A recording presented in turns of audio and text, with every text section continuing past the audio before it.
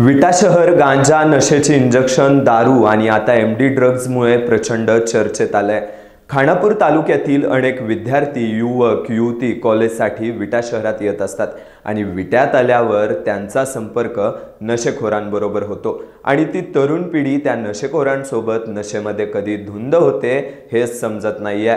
त्यामुळे आपली पुढची पिढी वाचवायची असेल तर प्रत्येक पालकाला आपला मुलगा मुलगी दिवसभर काय करते याकडे लक्ष देणं आता गरजेचं बनलंय। नमस्कार, मी वैभव आणि आपण पाहताय प्राइम न्यूज रोकठोक। विट्यात गांजा सर्रास सापडत आहे, नशेचे इंजेक्शन ही उपलब्ध होत आहेत आणि आता विटा शहराच्या इतिहासात प्रथमच एमडी ड्रगचा कारखाना सापडलाय। माहिती नसलेलं विटा शहर आता सबंध राज्यात यामुळे माहिती झालंय, ते म्हणजे ड्रग्जमुळे। त्यामुळे पालकांनो, आपली मुलं सांभाळा, तुम्ही देखील सावध व्हा। आपला मुलगा मुलगी सकाळी कॉलेजला म्हणून जातात, ते रात्री परत येत असतील तर सावधान, दिवसभर तो मुलगा काय करतो हे पहा।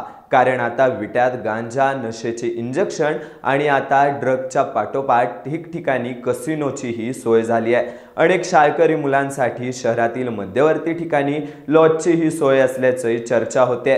या मध्यवर्ती ठिकाणी असलेल्या लॉजवर अनेक गैरप्रकार चालत असल्याची ही चर्चा होते।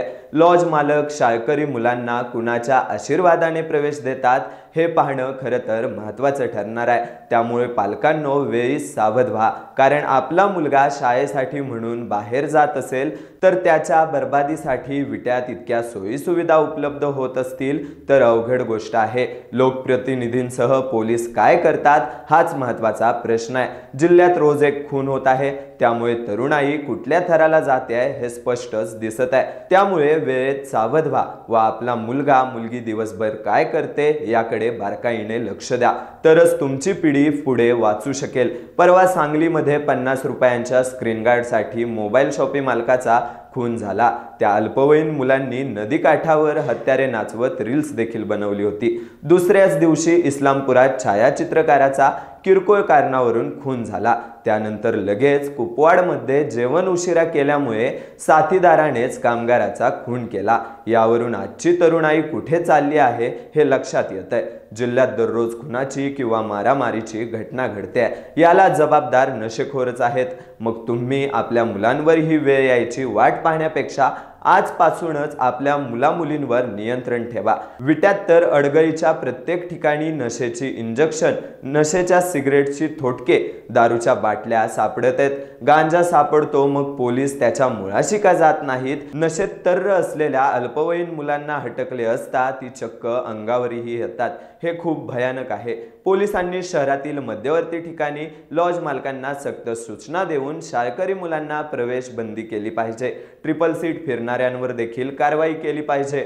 भुरट्या गावगुंडांवर पोलिसांनी वचक बसवलाच पाहिजे, अन्यथा भारताचे भविष्य असणारी तरुण पिढी जर वाया गेली तर काय करायचं? रामकृष्ण हरी माऊली इंडस्ट्रीमध्ये मूळ उद्देश विसरून अत्तर बनवण्याच्या नावाखाली एमडी ड्रग्ज बनवले जात होते आणि याचा कुठलाच पत्ता पोलिसांना लागत नाही। हे भयानक आहे। प्रत्येक परप्रांतीयाची नोंद ठेवणं हे बंधनकारक केलं पाहिजे। त्यामुळे स्वच्छ, सुंदर व शांत विट्याला वाचवायचं असेल तर पोलिसांनी प्रचंड जागरूकपणे काम करणं गरजेचं बनलंय।